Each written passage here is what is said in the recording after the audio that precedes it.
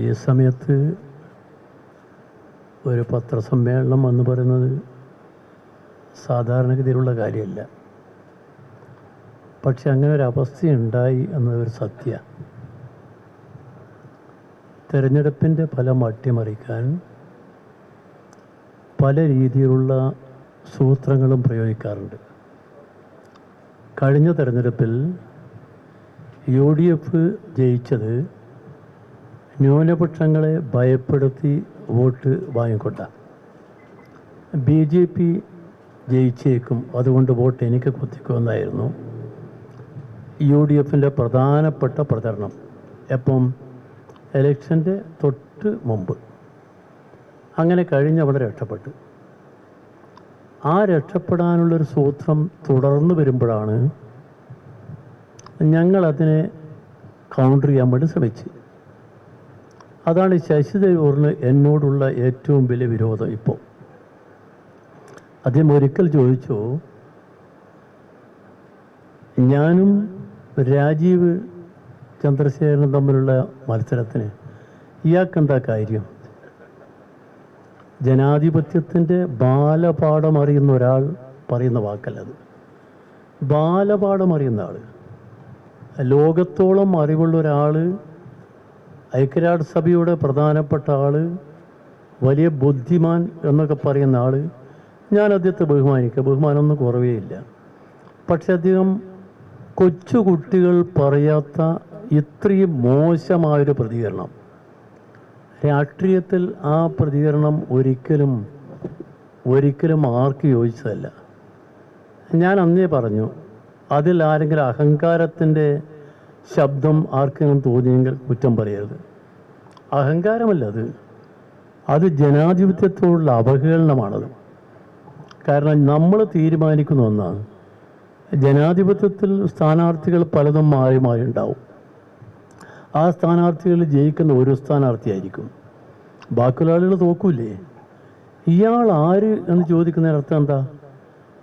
ഇപ്പോഴും സംഭവം മനസ്സിലായി. അയാൾ തുടർന്ന് ഇപ്പോൾ പറയാന്ന്, പന്നിയൻ എങ്ങനെ ധൈര്യം വന്നു എന്നാണ്. ശശി തരൂർ എന്ന് പറയുന്ന ആൾക്ക് എന്നെപ്പറ്റി അറിയില്ലായിരിക്കും. ഞാൻ 2005 ഇവിടെ തെരഞ്ഞെടുപ്പിൽ മത്സരിച്ച് അദ്ദേഹത്തിന് മുമ്പേ പാർലമെൻറ്റിലെത്തിയ ആളാണ്. അദ്ദേഹത്തിന് മുമ്പേ പാർലമെൻറ്റിൽ ചെല്ലുകയും ആദ്യമായി പാർലമെൻറ്റ് ചോദ്യത്തിൽ കൂടി 2000 കോടി നമ്മളെ സെക്കൻഡ് ടെർമിനലിന് വേണ്ടി വാങ്ങിയ ആളാണ് ഞാൻ. അന്ന് വന്ന പത്രവാർത്തയൊക്കെ എല്ലാവർക്കും അറിയാവുന്നതാണ്. അങ്ങനെ ഒരാളെക്കുറിച്ച് അദ്ദേഹം ചോദിക്കുകയാണ്, എന്താണ് ഇയാൾക്ക് എങ്ങനെയാ ധൈര്യം വന്നത്? ധൈര്യം വന്ന് എങ്ങനെയാ ജയിക്കുന്നു പറയാൻ? അങ്ങനെ ഒരാൾ, ഞാനാണ് എല്ലാത്തിലും കേമൻ, എന്നെ തോൽപ്പിക്കാൻ ആളില്ല എന്ന് പറഞ്ഞാൽ അത് പച്ച മലയാളത്തിൽ വോട്ടർമാരോടുള്ള വെല്ലുവിളിയാണ്, ജനങ്ങളോടുള്ള വെല്ലുവിളി. എനിക്കത് വലിയ വിഷയമല്ല. എന്നെ അറിയേണ്ട ആൾ എന്നെ അറിയും. എന്നെ അറിയേണ്ട ആൾ എന്നെ നല്ലോണം അറിയും. അദ്ദേഹത്തെ അറിയേണ്ട ആളും നല്ലോണം അറിയും. ഞാൻ ആദ്യം തന്നെ പറഞ്ഞൊരു കാര്യമുണ്ട്, 3 സ്ഥാനാർത്ഥികളും ശ്രദ്ധിക്കേണ്ട കാര്യം, നമ്മൾ പരസ്പരം ആരോപണങ്ങൾ ഉന്നയിക്കാതിരിക്കാൻ നല്ലത്. ആരോപണം ഉന്നയിച്ചാൽ പിന്നെ പറയേണ്ട കാര്യങ്ങൾ പലതും പറഞ്ഞാൽ അദ്ദേഹത്തിനൊന്നും വഴി നടക്കാൻ കഴിയില്ല. ഇവിടെ അങ്ങനെയുള്ള കാര്യങ്ങൾ പറഞ്ഞു അത് പറയണ്ട എന്ന് തീരുമാനിച്ച ഞാൻ ഒരു നീതിബോധം നിലനിൽക്കുന്നതുകൊണ്ട് ഞാനത് പറയില്ലെന്ന് തീരുമാനിച്ചതാ. ഇനിയും പറയുന്നില്ല, അതല്ല വിഷയം. പക്ഷെ ആ പറയുന്നത് ഒരു സാധാരണ കാര്യമാണത്. തെരഞ്ഞെടുപ്പിൽ മത്സരിച്ച ഒരാളെക്കുറിച്ച് ഇയാൾക്ക് ഇങ്ങനെ ജയിക്കുമെന്ന് പറയാൻ ധൈര്യം വന്നു? എന്താണിത്? ഒരു സ്വകാര്യ സ്വത്താണോ ഇത്? അതൊരു കാര്യം. രണ്ടാമത്തെ കാര്യം, ഇവിടെ പറഞ്ഞല്ലോ, വോട്ടിൻ്റെ കണക്കൊക്കെ പറഞ്ഞല്ലോ. ആ പറഞ്ഞതൊന്നും ഇനി ആവർത്തിക്കേണ്ട കാര്യമില്ലല്ലോ. എനിക്ക് വലിയ ദുഃഖം തോന്നിയൊരു കാര്യം നിങ്ങളോട് പറയണമെന്ന് തോന്നി. തിരുവനന്തപുരത്തെ പത്രമാധ്യമ സുഹൃത്തുക്കളും ഞാനുമായി നല്ല ബന്ധമാണ്, ഇപ്പോൾ അങ്ങനെ നല്ല ബന്ധമാണ്. എന്നാൽ നിർഭാഗ്യത്തിന് കേരളത്തിൻ്റെ ചരിത്രത്തിൽ ആദ്യമായി ഇത്തവണ തിരുവനന്തപുരത്ത് കണ്ട പ്രതിഭാസം നമ്മുടെ നാട്ടിലെ പത്രപ്രവർത്തന രംഗത്തിന് അതൊരു പാട് തന്നെയാണ്, മാറാത്ത പാടാണ്. കാരണം ഒരിക്കലും അങ്ങനെ ഉണ്ടായിട്ടില്ല. ഇത് ഞാൻ ചോദിക്കട്ടെ, ഒരു 2 ആഴ്ച കാലത്തേക്ക്, 2 ആഴ്ചയല്ല, ഒരു 10 ദിവസക്കാലത്തേക്ക് രാജീവ് ചന്ദ്രശേഖരൻ എന്ന് പറയുന്ന ആളിവിടെ സ്ഥാനാർത്ഥിയായി വരുന്നത് വരെയുള്ള കാലത്ത് പത്രങ്ങളെല്ലാം ഏതാണ്ട് കൊടുത്തിരുന്നു. അത് വാർത്തകൾ കൊടുക്കുന്ന ഏതാണ്ടെല്ലാം കൊടുത്തിരുന്നു. അദ്ദേഹം വന്ന് ഇങ്ങ് ഇറങ്ങിയപ്പോൾ പിന്നെ പത്രങ്ങൾ മുഴുവൻ അങ്ങോട്ടാ. പണത്തിൻ്റെ ചാക്ക് കണ്ടാൽ മയങ്ങുന്നതാണോ നമ്മുടെ പത്രപ്രവർത്തനത്തിൻ്റെ ഈ തലസ്ഥാനത്തിൻ്റെ പാരമ്പര്യം? ആണോ? സ്വദേശാഭിമാനിയുടെ പാരമ്പര്യമില്ലേ? എത്ര പ്രധാനപ്പെട്ട പത്രപ്രവർത്തകർ വന്ന നാടായി നാട്. ആ നാട്ടിൽ പത്രപ്രവർത്തനത്തിൻ്റെ ഒരു സാമ്പിളാണ് ഞാൻ പറഞ്ഞത്. രണ്ടാമത്തെ ഒരു സാമ്പിൾ പറയാം.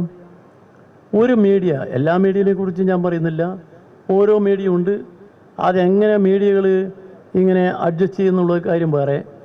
ഒരു മീഡിയ, ഒരു ചർച്ച രസകരമായ ചർച്ച നിങ്ങൾ കേൾക്കണം. ചർച്ചയിൽ ആങ്കർ ചോദിക്കുന്ന മുഴുവൻ ചോദ്യം ഒരാളോട്, ഒരു പ്രധാനപ്പെട്ട ബുദ്ധിജീവിയോട്, 2 ബുദ്ധിജീവികൾ 3 ബുദ്ധിജീവികളുണ്ട്, ഒരാൾ ചോദിക്കുകയാണ്, ഈ രാജീവ് ചന്ദ്രശേഖരൻ എന്ന് പറയുന്ന ആളെ പ്രാഗൽഭ്യത്തെക്കുറിച്ച് നിങ്ങൾക്ക് അറിയോ? അപ്പോൾ അദ്ദേഹത്തിന് വിശദീകരണം. അദ്ദേഹം ബിസിനസ്സുകാരനാണ്, അതാണ് ഇതാണ്, അയാൾ അങ്ങനെയാണ് ഇങ്ങനെയാണ്, അയാൾ എല്ലാം വിശദീകരിച്ച്, അദ്ദേഹത്തെക്കുറിച്ച് വിശദീകരിച്ച് പിന്നെ ശശിധരനോടൊപ്പം വിശദീകരിച്ച് 1/2 മണിക്കൂർ നേരം ചർച്ച നടത്തിയ ആങ്കർ ഇവിടെ ഇടതുപക്ഷത്തിനൊരു സ്ഥാനാർത്ഥി ഉണ്ടെന്നൊരു വാക്ക് പറയാൻ മെനക്കെട്ടില്ലല്ലോ. എന്താ അതിൻ്റെ അർത്ഥം? ആങ്കർ ഇവിടെ ഒരു LDF സ്ഥാനാർത്ഥി ഉണ്ടെന്ന് പറഞ്ഞേയില്ലല്ലോ. എന്നെ ഇരിക്കട്ടെ, അത് ചിലപ്പം ഈ പത്രക്കാർക്കും മാധ്യമക്കാർക്കും എൻ്റെ കയ്യിൽ കാശില്ലല്ലോ, കാശ് കൊടുക്കാൻ എനിക്ക് പറ്റില്ലല്ലോ, അപ്പം കാശുള്ള ആളല്ലേ ആവശ്യം, അങ്ങനെ തോന്നിയോ? വളരെ ദുഃഖകരമായൊരു കാര്യം എനിക്ക് തോന്നിയത്. പത്രപ്രവർത്തന രംഗത്ത് ഇതൊരു കളങ്കമാണ്. തലസ്ഥാനത്തെ പത്രപ്രവർത്തകരെ കുറിച്ച് അഭിമാനത്തോടെ ഞാൻ ഡൽഹിയിൽ വെച്ച് പലപ്പോഴും പറഞ്ഞിട്ടുണ്ട്. കേരളത്തിലെ തലസ്ഥാനത്തെ പത്രപ്രവർത്തകർ എന്ന് പറഞ്ഞാൽ വലിയ പാരമ്പര്യമുള്ള ആളുകളാണ്, അവർ നീതിബോധമുള്ള ആളുകളാണ്, സത്യസന്ധമായ വാർത്തകൾ കൊടുക്കുന്നവരാണ്, തൻ്റെ ഇടമുള്ളവരാണ്. ഈ നാട്ടിൽ നവോത്ഥാനത്തിന് നേതൃത്വം കൊടുത്ത പ്രസ്ഥാനത്തിൻ്റെ പിൻഗാമികളായ പത്രങ്ങൾ നമുക്ക് ഇവിടെ ഉണ്ടെന്ന. എന്നാൽ ദുഃഖം പറയട്ടെ, അങ്ങനെ നവോത്ഥാന പ്രസ്ഥാനവുമായി ബന്ധമുള്ള പത്രം പോലും ആ വഴിയിൽ പോയാലോ? അതൊരു രസകരമായ കാര്യം. അതിൽ എന്നിട്ട് പറയാ, ഒരാൾ പറയാ, അല്ല പന്നിയൻ രവീന്ദ്രൻ എന്ന് പറയുന്ന അയാൾ ഇവിടെ എന്തിനാ മത്സരിക്കുന്ന അയാൾ?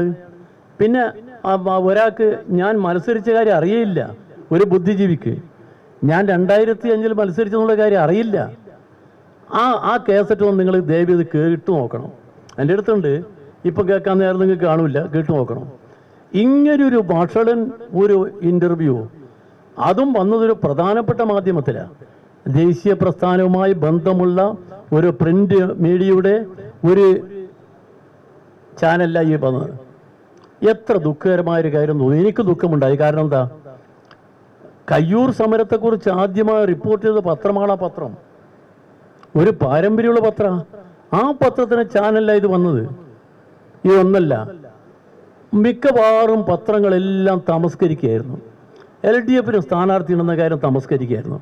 ഒരു കാര്യം ഞാൻ സുഹൃത്തുക്കളെ ചോദിക്കട്ടെ, എന്തായാലും ഇടതുപക്ഷ ജനാധിപത്യ പ്രസ്ഥാനം തിരുവനന്തപുരം ജില്ലയിൽ ഈ പാർലമെന്റ് മണ്ഡലത്തിൽ 6 അസംബ്ലി മണ്ഡലത്തിൽ MLA-മാരുള്ള പ്രസ്ഥാനമല്ലേ? തിരുവനന്തപുരം കോർപ്പറേഷൻ ഭരിക്കുന്ന പ്രസ്ഥാനമല്ലേ? അടുത്ത നാൾ നടന്ന ഇവിടെ തെരഞ്ഞെടുപ്പിൽ BJP-യെ തോൽപ്പിച്ച് വിജയം നേടിയ പ്രസ്ഥാനമല്ലേ? ആ പ്രസ്ഥാനത്തെ എങ്ങനെ നിങ്ങൾക്ക് കണ്ടില്ലെന്ന് നടിക്കാൻ പറ്റി? എങ്ങനെയാ വാർത്ത കൊടുക്കാതെ തമസ്കരിച്ചു? അതിനെക്കുറിച്ച് എനിക്ക് വലിയ വേദന തോന്നി. എനിക്കല്ല വ്യക്തിപരമായി എനിക്കൊന്നുമില്ല അതിൽ. പക്ഷെ നമ്മുടെ പ്രസ്ഥാനത്തോടുള്ള വെല്ലുവിളിയാണ്. ഇടതുപക്ഷ പ്രസ്ഥാനത്തോടെ ഉള്ള വെല്ലുവിളിയാണത്. കുറച്ച് പണവും ആധികാരികത്വവും പിന്നെ കേന്ദ്രത്തിൽ ഭരണ സ്വാധീനമുണ്ടെങ്കിൽ ഇവിടെ എന്തും ചെയ്യാം എന്ന് പത്രത്തിൽപ്പെട്ട ആളുകൾക്ക് തോന്നുന്നു എന്ന് വന്നാൽ നമ്മുടെ നാടിൻ്റെ ഒരു അപജയമാണ് എന്നാണ് എനിക്ക് ആദ്യമേ പറയാനുള്ളത്.